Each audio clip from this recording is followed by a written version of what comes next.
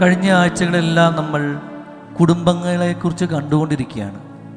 വിശുദ്ധ ഗ്രന്ഥത്തിലെ ഓരോ കുടുംബവും എടുത്ത് സ്വർഗത്തിൻ്റെയും ഭൂമിയുടെ ദൈവം നമ്മളോട് പറയുകയാണ്, ഈ കുടുംബം പോലെയാണെങ്കിൽ നിങ്ങളുടെ കുടുംബങ്ങൾ പതുക്കെ നശിക്കാൻ വേണ്ടി തുടങ്ങും. ആദത്തിൻ്റെയും ഹവ്വായുടെയും കുടുംബം എടുത്ത് ദൈവം നമ്മളോട് പറയുകയാണ്, കുടുംബജീവിതത്തിലെ ഭാര്യ ഭർത്താക്കന്മാർ പരസ്പരം കുറ്റപ്പെടുത്തുവാൻ തുടങ്ങുകയാണെങ്കിൽ ആദത്തിൻ്റെ കുടുംബം പോലെ നിങ്ങളുടെ കുടുംബവും പതുക്കെ നശിപ്പിക്കാൻ തുടങ്ങും. ഇസ്ഹാക്കിൻ്റെ കുടുംബം എടുത്തിട്ട് ദൈവം നമ്മളോട് പറയുകയാണ്, നിങ്ങളുടെ മക്കളെ നിറത്തിൻ്റെ പേരിലും പഠനത്തിൻ്റെ പേരിലും സ്വഭാവത്തിൻ്റെ പേരിലും ലിംഗത്തിൻ്റെയൊക്കെ പേരിൽ നിങ്ങൾ പരസ്പരം താരതമ്യം ചെയ്യുകയാണെങ്കിൽ, പക്ഷാപാതം കാണിക്കുകയാണെങ്കിൽ നിങ്ങളുടെ കുടുംബവും ഇസ്ഹാക്കിൻ്റെ കുടുംബം പോലെ പതുക്കെ നശിക്കാൻ തുടങ്ങും. മക്കൾ തമ്മിൽ അടികൂടാൻ വേണ്ടി തുടങ്ങും. ലോത്തിൻ്റെ കുടുംബം കാണിച്ചിട്ട് ദൈവം 4 കാര്യങ്ങൾ നമ്മളോട് പറയുക. ഒന്ന്, ലോത്തിൻ്റെ കുടുംബം കാണിച്ച് ദൈവം നമ്മളോട് പറയാണ്, അബ്രാഹത്തെ പോലെ നിങ്ങൾക്ക് വേണ്ടി പ്രാർത്ഥിക്കുവാനുള്ള ഒരു കൂട്ടുകാരനോ ഒരു കൂട്ടുകാരിയോ നിങ്ങൾക്കുണ്ടായിരിക്കണം. നിങ്ങൾക്ക് ഒരുപാട് ഫ്രണ്ട്സുകളുണ്ടാവും, വാട്സപ്പിലും ഫേസ്ബുക്കിലും ഒക്കെ ഒരുപാട്, ഇൻസ്റ്റാഗ്രാമിലൊക്കെ ഒരുപാട് ഫ്രണ്ട്സ് ഉണ്ടാവും. പക്ഷെ നിങ്ങൾക്ക് വേണ്ടി മുട്ടുമേ നിന്ന് പ്രാർത്ഥിക്കുന്ന ഒരു കൂട്ടുകാരനോ ഒരു കൂട്ടുകാരിയോ നിങ്ങൾക്കുണ്ടാകണം. ലോത്തിന് അബ്രാഹിം എന്ന് പറയുന്ന നല്ലൊരു കൂട്ടുകാരനുണ്ടായിരുന്നു, അവന് വേണ്ടി പ്രാർത്ഥിക്കാൻ പറ്റിയ. രണ്ടാമതായിട്ട് ലോത്തിൻ്റെ ഭാര്യയെ ചൂണ്ടിക്കാണി ദൈവം നമ്മളോട് പറയുകയാണ്, ചില തിന്മകളിലേക്കും ചില ബന്ധങ്ങളിലേക്കും ഒന്നും നമ്മൾ തിരിഞ്ഞു നോക്കരുത്. ലോത്തിൻ്റെ ഭാര്യയോട് ദൈവം പറഞ്ഞു, നീ സോദോം ഗോമോറയിലേക്ക് തിരിഞ്ഞു നോക്കരുത്. ചില ആളുകൾ ഇങ്ങനെയാണ്, ജീവിതത്തിൻ്റെ എല്ലാ സൗഭാഗ്യങ്ങളിലേക്കും അവിടെ നടന്നു കയറുമ്പോൾ എന്ത് ചെയ്യും, തിന്മയിലേക്ക് പതുക്കെ പതുക്കെ നോക്കിക്കൊണ്ടിരിക്കുകയാണ്. ദൈവം പറയുക, നിങ്ങൾ അങ്ങനെയുള്ള ഒരാളാണെങ്കിൽ നിങ്ങളുടെ കുടുംബം ഉപ്പ് തോണ് പോലെ ഇങ്ങനെ പതുക്കെ പതുക്കെ നശിക്കാൻ വേണ്ടി തുടങ്ങും.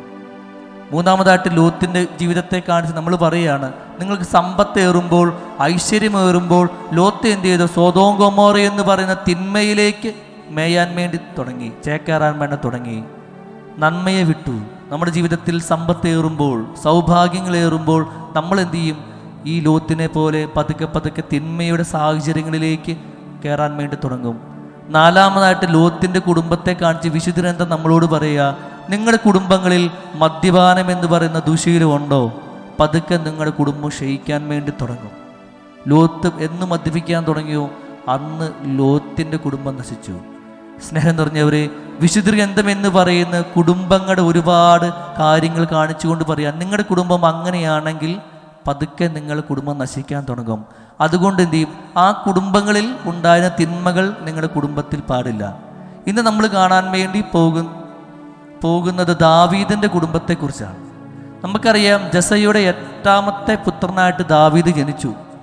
അപ്പൻ ഏറ്റവും താല്പര്യം മറ്റ് 7 മക്കളിലേക്ക്, അവർക്ക് സൗന്ദര്യമുണ്ടായിരുന്നു, ആരോഗ്യമുണ്ടായിരുന്നു, യുദ്ധവീരന്മാരായിരുന്നു. പക്ഷെ ദാവീദ് എന്ന് പറയുന്ന ഈ ചെറിയ പ്രായമുള്ള ചെറുക്കൻ എന്ത് പറയും, ആടുകളെ മേയ്ക്കലായിരുന്നു അവൻ്റെ ജോലി. അവൻ 3 കഴിവുകളുണ്ടായിരുന്നു. ഒന്ന്, നന്നായിട്ട് ആടുകളെ മേയ്ക്കാൻ അവൻ അറിയായിരുന്നു. രണ്ടാമത്തെ, അവൻ മനോഹരമായിട്ട് കിന്നരം വായിക്കാൻ അറിയായിരുന്നു. ആളുകളെ ഹൃദയങ്ങളെ തൊടുന്ന രീതിയിൽ, ഇവിടെ ജോണൊക്കെ പാട്ട് പാടുന്ന മനോഹരമായ രീതിയിൽ പാട്ട് പാടാൻ അറിയായിരുന്നു, കിന്നരം വായിക്കാൻ. ഇത്രയും കഴിവുകൾ ദാവീദിനുണ്ടായിരുന്നു. ദാവീദ് ഗോലിയാത്ത് എന്ന് പറയുന്ന വലിയൊരു യുദ്ധമല്ലനെ വെറും 2 കല്ലുകൾ കൊണ്ടും 1 കവണ കൊണ്ടും തോൽപ്പിച്ചു. പക്ഷെ ദാവീദിൻ്റെ ആ കല്ലുകൾക്ക് പിന്നിൽ ദൈവത്തിൻ്റെ ഒരു ശക്തി ഉണ്ടായിരുന്നു. Hallelujah, hallelujah. ദാവീദിൻ്റെ കവണയ്ക്ക് പിന്നിൽ ദാവീദിൻ്റെ ശക്തിയല്ലായിരുന്നു, മറിച്ച് എന്ത് ചെയ്തു, ദൈവത്തിൻ്റെ കരവായിരുന്നു അവനോട് കൂടെ ഉണ്ടായിരുന്നത്. അങ്ങനെ ദാവീദ് ഇസ്രായേലിൻ്റെ രാജാവായിട്ട് മാറി. ഇനി നമ്മൾ ദാവീദിൻ്റെ കുടുംബജീവിതത്തിനെക്കുറിച്ച് നമ്മൾ ചിന്തിക്കാൻ വേണ്ടി പോവുകയാണ്.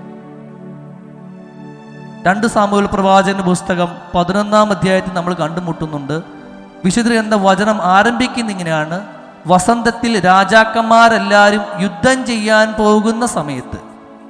2 സാമുവേൽ പ്രവാചകന പുസ്തകം 11-ാം അധ്യായം 1-ാമത്തെ തിരുവചനം ഇങ്ങനെയാണ്, എല്ലാ രാജാക്കന്മാരും യുദ്ധം ചെയ്യാൻ പോകുന്ന വസന്തകാലത്ത് ദാവീദ് എന്ന് പറയുന്ന ഇത്രയധികം കഴിവുകളുള്ള യുദ്ധവീരനായിട്ടുള്ള, കിന്നരം വായിക്കാൻ അറിയുന്ന, പാട്ട് പാടാൻ അറിഞ്ഞ് രാജാവ് എന്ത് ചെയ്തു, വീട്ടിൽ കട്ടിലേക്ക് കിടന്ന് ഉറങ്ങുകയായിരുന്നു. സ്നേഹം നിറഞ്ഞവരെ, ദാവീദ് എന്ന് പറയുന്ന മനുഷ്യൻ്റെ, ഇത്രയധികം കഴിവുകളുള്ള മനുഷ്യൻ്റെ കുടുംബജീവിതത്തിൽ ഒരു തിന്മയെക്കുറിച്ച് പറയാൻ, അലസത എന്ന് പറയുന്ന ഒരു തിന്മ ദാവീദ് രാജാവിലേക്ക് കയറി. ഇന്നത്തെ നമ്മുടെ ഈ കാലഘട്ടത്തിൽ, കൊറോണയ്ക്ക് ശേഷമുള്ള കാലഘട്ടത്തിൽ, നമ്മുടെ എല്ലാവരെയും കുടുംബജീവിതത്തിൽ ഏറ്റവും ഉള്ള ഒരു തിന്മയെന്ന് പറയുന്ന അലസത എന്ന് പറയുന്ന തിന്മയാണ്. ഇവിടുന്ന് വരുന്ന കുറേ ആൾക്കാരെ കാണാറുണ്ട്, അവർ പ്രാർത്ഥിക്കാറുണ്ട്. ഒരപ്പം വന്ന് പറയുകയാണ്, അച്ഛാ കൊറോണ കാലത്ത് എൻ്റെ മോൻ ബിടെക് കഴിഞ്ഞതാണ്. കൊറോണ കാലത്ത് ബിടെക് കഴിഞ്ഞു. ആ സമയത്ത് വീട്ടിൽ വന്നു, ക്ലാസ്സുകളൊന്നുമില്ലായിരുന്നു. പതുക്കെ എന്ത് ചെയ്തു, അവൻ ജോലിക്കൊന്നും പോയില്ല. അവൻ പറഞ്ഞു കൊറോണ കഴിയട്ടെ, ജോലി കിട്ടട്ടെ എന്ന് പറഞ്ഞു. അപ്പം 4 കൊല്ലം കഴിഞ്ഞ അച്ഛാ ഇതുവരെ ജോലിക്ക് പോയിട്ടില്ല. ഇതുവരെ അവൻ ജോലിക്ക് പോയിട്ട് രാവിലെ ഭക്ഷണം കഴിക്കും, പുറത്തു പോകും, മൊബൈൽ നോക്കിക്കൊണ്ടിരിക്കും, വൈകുന്നേരങ്ങൾ എപ്പോഴാണ് കിടക്കുന്നതെന്ന് പോലും അറിയത്തില്ല. അവൻ പറയാ, എന്തിനാ എന്നെ ജനിപ്പിച്ചതെന്ന് ചോദിക്കാൻ എന്നോട്. എനിക്കൊരു മാസത്തിൽ ഒരു 3000 രൂപ തന്നാൽ മതി, അല്ലെങ്കിൽ ആഴ്ചയിലല്ല ഒരു 500 തന്നാൽ ഞാൻ എൻ്റെ കാര്യം നോക്കിക്കോളാം എന്ന് അവൻ പറഞ്ഞു. സ്നേഹം നിറഞ്ഞവരെ, നമ്മുടെ യുവജനങ്ങളിടയിൽ ഈ ദാവീദ് രാജാവിനെ പോലെ അലസത എന്ന് പറയുന്ന പതുക്കെ തിന്മകൾ പ്രവേശിച്ചു കൊണ്ടിരിക്കുകയാണ്. കഴിഞ്ഞ ദിവസം കഴിഞ്ഞ വെള്ളിയാഴ്ച ഒരു ചേച്ചി പ്രാർത്ഥിക്കാൻ വന്നു. ഭർത്താവ് ഗൾഫിൽ ജോലി ചെയ്തുകൊണ്ടിരിക്കുകയാണ്. തിരിച്ചു വന്ന് ബുദ്ധിമുട്ട് കൊണ്ട് വന്നിട്ട് 3 കൊല്ലം ഇതുവരെ ജോലിക്ക് പോയിട്ടില്ല. നമ്മുടെ ക്രിസ്തീയ കുടുംബങ്ങളിൽ അലസത എന്ന് പറയുന്ന തിന്മ ഭാര്യ ഭർത്താക്കന്മാരിലേക്കും മക്കളിലേക്കും പതുക്കെ പ്രവേശിച്ചു കൊണ്ടിരിക്കുകയാണ്. വേറൊരാൾ പറഞ്ഞു, മകൻ്റെ കല്യാണം കഴിഞ്ഞു, നല്ലൊരു ജീവിത പങ്കാളി കിട്ടി, പക്ഷെ അവൾ വീട്ടിൽ ഒരു കാര്യവും ചെയ്യില്ല. രാവിലെ എന്തെങ്കിലും ഭക്ഷണം ഉണ്ടാക്കി കൊടുക്കണം, റൂമിൽ കയറി മൊബൈൽ നോക്കിക്കൊണ്ടിരിക്കും. എന്ത് പറഞ്ഞാലും കുറ്റം മാത്രമേ ഉള്ളൂ, കുറവുകൾ മാത്രമേ ഉള്ളൂ, പിണങ്ങിയിരിക്കും, അല്ലെങ്കിൽ വീട്ടിൽ പോകുമെന്ന് പറയും. നമ്മുടെ ക്രൈസ്തവ കുടുംബങ്ങളിൽ ഇന്ന് അലസത എന്ന് പറഞ്ഞ ഏറ്റവും വലിയ തിന്മയായിട്ട് വന്നുകൊണ്ടിരിക്കുന്നത്, ക്യാൻസറിനെ പോലും വെല്ലുന്ന, നമ്മുടെ കുടുംബജീവിതങ്ങളെ കാർന്നു തിരുന്നുന്ന ഒരു തിന്മയായിട്ട് വരികയാണ്. ഈ ദാവീദ് രാജാവ് അലസത എന്ന് പറയുന്ന തിന്മയിലേക്ക് പ്രവേശിച്ചു കഴിഞ്ഞപ്പോൾ എന്ത് ചെയ്തു, അവൻ്റെ ബന്ധങ്ങൾ നശിക്കാൻ വേണ്ടി തുടങ്ങി. അവൻ്റെ ഭാര്യയായിട്ടുള്ള ബന്ധങ്ങൾ നശിച്ചു. പുതിയൊരു ബന്ധം അവൻ കുടുംബജീവിതത്തിൽ ആരംഭിച്ചു. ആ ബന്ധം തിന്മയിലേക്കും കൊലപാതകത്തിലേക്കും യുദ്ധത്തിലേക്കും മക്കൾ തമ്മിലുള്ള അടിയിലേക്കും നയിച്ചു. സ്നേഹം നിറഞ്ഞവരെ, സുഭാഷിതങ്ങൾ 18-ാം അധ്യായത്തിൽ 9-ാമത്തെ തിരുവചനം ഇങ്ങനെ പറഞ്ഞു വരിക, അലസനും മടിയനും സഹോദരന്മാരാണ്. എപ്പോൾ നിങ്ങൾ അലസരാകുന്നു അപ്പോൾ തന്നെ നിങ്ങൾ മടിയന്മാരാകും. ഈ മടിയന്മാരായി കഴിഞ്ഞാൽ എന്ത് ചെയ്യും, നമ്മുടെ കുടുംബം നശിക്കാൻ തുടങ്ങും, സാമ്പത്തികമായി തകരാൻ തുടങ്ങും, ബന്ധങ്ങൾ തകരും. അതുകൊണ്ട് വിശുദ്ധ ഗ്രന്ഥം ദാവീദിന്റെ കുടുംബത്തെ നോക്കി കാണിച്ചുകൊണ്ട് നമ്മളോട് പറയാണ്, നിങ്ങൾ കുടുംബങ്ങളിൽ നിങ്ങൾ അലസരാണോ, പതുക്കെ നിങ്ങൾ ജോലി ചെയ്യാൻ വേണ്ടി ആരംഭിക്കുക. ഈശോ ഏറ്റവും കൂടുതൽ എതിർത്ത തിന്മകളിൽ ഒന്നാണ് അലസത എന്ന് പറയുന്നത്. ഈശോ പറഞ്ഞ 4 ഉപമകളെക്കുറിച്ച് നമ്മൾ കാണാൻ പോവുകയാണ്. ഒന്ന്, നമ്മൾ വിവേകമതികളായും വിവേകശൂന്യങ്ങളെ കന്യകൾ ഉപമയിൽ ഈശോ പറഞ്ഞു വയ്ക്കുക, നിങ്ങൾ വിവേകശൂന്യങ്ങളെ പോലെ ആകരുത്. രണ്ടാമതായിട്ട് താലന്തിന് ഉപമ കാണിച്ചിട്ട് പറയാണ്, 5 താലന്ത് കിട്ടിയവൻ 5 കൂടി ഉണ്ടാക്കി, 2 കിട്ടിയവൻ 4 ഉണ്ടാക്കി, 1 കിട്ടിയവൻ എന്ത് ചെയ്തു, അവൻ അലസനായി മണ്ണിൽ കുഴിച്ചിട്ടു. നമ്മുടെ കുടുംബങ്ങളിൽ ഒരുപാട് കഴിവുകൾ, ദാവീദ് രാജനെ പോലെ ഒരുപാട് കഴിവുകൾ ഒരുപാട് ആളുകളുണ്ട്. പക്ഷെ നമ്മളെന്താണ്, അലസലായിട്ട് നമുക്ക് കിട്ടിയ കൃപകളും അനുഗ്രഹവും കഴിവുകളും ഒക്കെ നമ്മൾ എന്ത് ചെയ്യും, ഈ മണ്ണിൽ കുഴിച്ചിട്ടുകൊണ്ടിരിക്കുകയാണ്. മൂന്നാമത്തെ ഉപമ ഈശോ പറഞ്ഞാണ് വൃക്ഷത്തിൻ്റെ ഉപമ, അത്തിവൃക്ഷത്തിൻ്റെ ഉപമ പറഞ്ഞിട്ട് വരികയാണ്, നിങ്ങൾ ഫലം കായ്ക്കാത്ത വൃക്ഷങ്ങളായി മാറരുത്. നാലാമതായിട്ട് മുന്തിരിത്തോട്ടത്തിലേക്ക് ജോലിക്ക് അന്വേഷിക്കുന്ന ആളുകൾ 12-ാം മണിക്കൂറും 3-ാം മണിക്കൂറും അവൻ ചെല്ലുമ്പോൾ അലസരായിട്ടിരിക്കുന്ന ആളുകളെ വിളിച്ചിട്ട് ഈശോ പറയാം, നിങ്ങൾ തോട്ടത്തിലേക്ക് ചെല്ലുവിൻ, ജോലിയിലേക്ക് പ്രവേശിക്കും.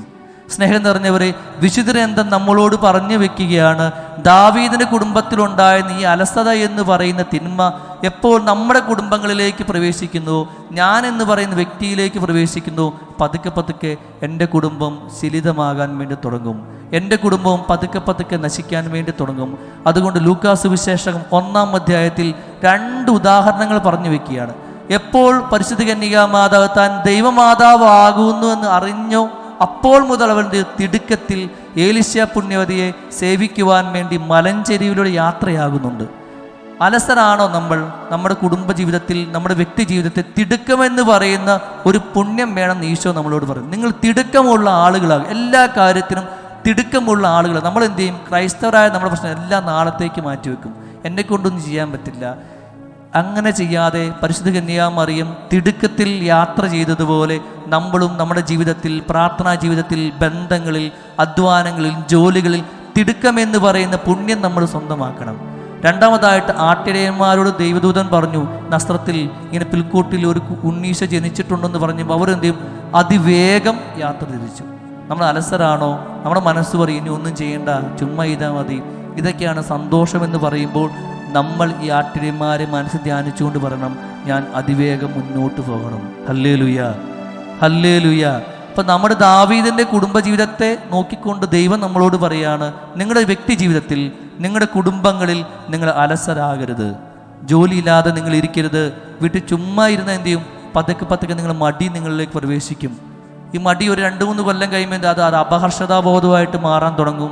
ഈ അപകർഷതാബോധത്തിനിടയിൽ നിങ്ങൾക്ക് പല ബന്ധങ്ങളിലേക്കും, പല മെസ്സേജുകളിലേക്കും, പല ഗെയിമുകളിലേക്കും, ഹോബിയിലേക്കും നിങ്ങൾ പ്രവേശിക്കും, ഈ അലസരായിരുന്നു കൊണ്ട്. അതുകൊണ്ട് ദൈവം നമ്മളോട് പറഞ്ഞു വെക്കുകയാണ്, ഈ നോമ്പ് കാലത്തിൽ നിങ്ങൾ മറിയത്തെ പോലെ തിടുക്കമുള്ള ആളുകളാകുക. തിടുക്കമുള്ള ആളുകളാകുക. പ്രാർത്ഥനയിൽ, ബന്ധങ്ങളിൽ, സ്വഭാവത്തിൽ, ജോലികളെല്ലാം തിടുക്കമുള്ള ആളുകളാകുക. രണ്ടാമതായിട്ട് ആട്ടിടയന്മാരെ പോലെ വേഗത്തിൽ കാര്യങ്ങൾ ചെയ്യുന്ന മനുഷ്യരാകാൻ വേണ്ടി പഠിക്കുക. സ്നേഹം നിറഞ്ഞവരെ, നമുക്കൊരു നിമിഷം കണ്ണുകളടച്ച് കാര്യങ്ങളെല്ലാം നെഞ്ചോട് ചേർത്ത് നിർത്തി ഈ നോമ്പ് കാലത്തിലെ ഈ ആദ്യ വെള്ളിയാഴ്ച ഒരുപാട് തീരുമാനങ്ങളൊക്കെ എടുത്തിട്ടുണ്ട്. നമുക്ക് നമ്മുടെ ജീവിതത്തിലേക്ക് പിന്തിരിഞ്ഞ് നോക്കാം. ഞാൻ അലസനായിട്ടൊരു വ്യക്തിയാണോ? എൻ്റെ പ്രാർത്ഥനാ ജീവിതത്തിൽ എനിക്ക് അലസതയുണ്ടോ? എൻ്റെ വ്യക്തിബന്ധങ്ങളിൽ അലസതയുണ്ടോ? എൻ്റെ പണസമ്പാദത്തിൽ, എൻ്റെ ജോലിയിൽ അലസതയുണ്ടോ? ചിലപ്പോൾ ഞാൻ കുടുംബജീവിതം നയിക്കുന്ന ഒരാളാകാം, ഒരുപാട് പഠിച്ചിട്ടുണ്ട്, പക്ഷേ ഞാൻ പഠിച്ച മേഖല ജോലിയൊന്നും ഇല്ലെന്ന് പറഞ്ഞ് ഞാൻ വെറുതെ ഇരിക്കാതെ മറിയത്തെ പോലെ തിടുക്കത്തിൽ എന്തെങ്കിലുമൊക്കെ കാര്യങ്ങളിലേക്ക് നമ്മൾ പ്രവേശിക്കാൻ വേണ്ടി തുടങ്ങുക. അല്ലെങ്കിൽ ദൈവം നമ്മളോട് പറയുകയാണ്, ദാവീദിൻ്റെ കുടുംബം നശിച്ചതുപോലെ നമ്മുടെ കുടുംബവും പതുക്കെ നശിക്കും. അതുകൊണ്ട് നമുക്ക് നല്ല തീരുമാനം എടുക്കാം. ഞാൻ അലസനാണെങ്കിൽ തിടുക്കമെന്ന് പറയുന്ന ഒരു പുണ്യത്തിന് വേണ്ടി നമുക്ക് പ്രാർത്ഥിക്കാം. കുടുംബജീവിതക്കാരൻ മാതൃകയും തുണയുമായ പരിശുദ്ധ കന്യാമാതാവേ, ഈശപിതാവേ, ഞങ്ങളുടെ കുടുംബങ്ങളെ ഞങ്ങൾ സമർപ്പിച്ച് പ്രാർത്ഥിക്കുന്നു. ഞങ്ങളുടെ കുടുംബങ്ങളെല്ലാം നിങ്ങളുടെ കുടുംബം പോലെ തിരുക്കുടുംബമായി മാറാനുള്ള കൃപ നൽകി അനുഗ്രഹിക്കണമേ. പിതാവിൻ്റെയും പുത്രൻ്റെയും പരിശുദ്ധാത്മാവിൻ്റെയും നാമത്തിൽ.